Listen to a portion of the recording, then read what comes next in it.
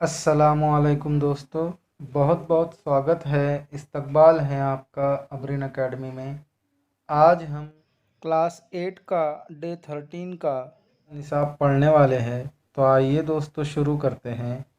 आज का हमारा टॉपिक है नातिक अदद। यहाँ पर आप लोगों को तबई अदद, मुकम्मल अदद, सही अदद और नातिक अदद के बारे में समझाया जा रहा है। तबई अदद हम लोग जानते हैं, तबई अदद 1 से शुरू होता है, तो वो एक बॉक्स के ज़रिए तबई अदद जो है तो बताया गया है। तबई अदद में अगर सिफ़र मिला देंगे तो वो क्या बन जाएगा, सिफ़र 1 2 3 इस तरह से लातादाद अदद। तो तबई अदद में सिफ़र अदद मिलाने पर वो मुकम्मल अदद बन जाता है।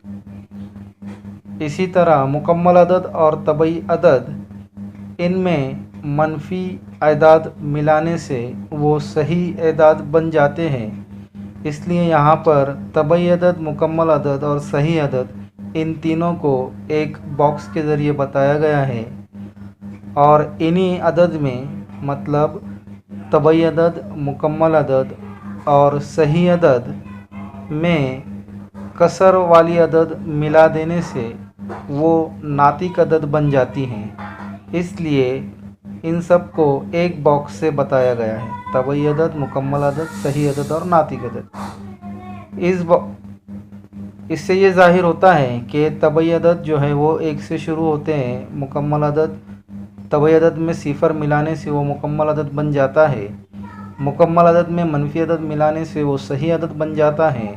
और सही अदद में कसर अदद यानी m/n वाली अदद मिला देने से वो नातिक अदद बन जाता है।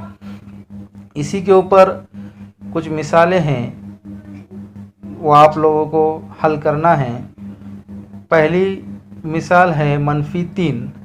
यहाँ पर टेबल के ज़रिए आप लोगों को बताना है कि कौन सा अदद तबई अदद है, सही अदद है या फिर नातिक अदद है। अगर दिया हुआ अदद वो अदद है तो उसके आगे आपको सही की निशानी लगाना है, और अगर नहीं है तो गलत की अलामत से उसको ज़ाहिर करना है। मिसाल के तौर पर -3 है, तो -3 ये तबई अदद नहीं है, इसलिए उसको गलत अलामत से ज़ाहिर किया गया है। -3 ये सही अदद है, इसलिए उसके सामने सही की अलामत से ज़ाहिर किया गया है। -3 ये नातिक अदद है, इसलिए उसके सामने सही से ज़ाहिर किया गया है। बिल्कुल इसी तरह 5 ये तबई अदद है, इसलिए उसको सही की अलामत से ज़ाहिर किया गया है। इसी तरह बाकी की मिसालें आप लोगों को हल करना है। आज के वीडियो में बस इतना ही दोस्तों। अगर आपको ये वीडियो पसंद आया हो तो इसे लाइक, शेयर और सब्सक्राइब करना बिल्कुल भी ना भूलिएगा। मिलते हैं अगले वीडियो में एक नए टॉपिक के साथ। तब तक के लिए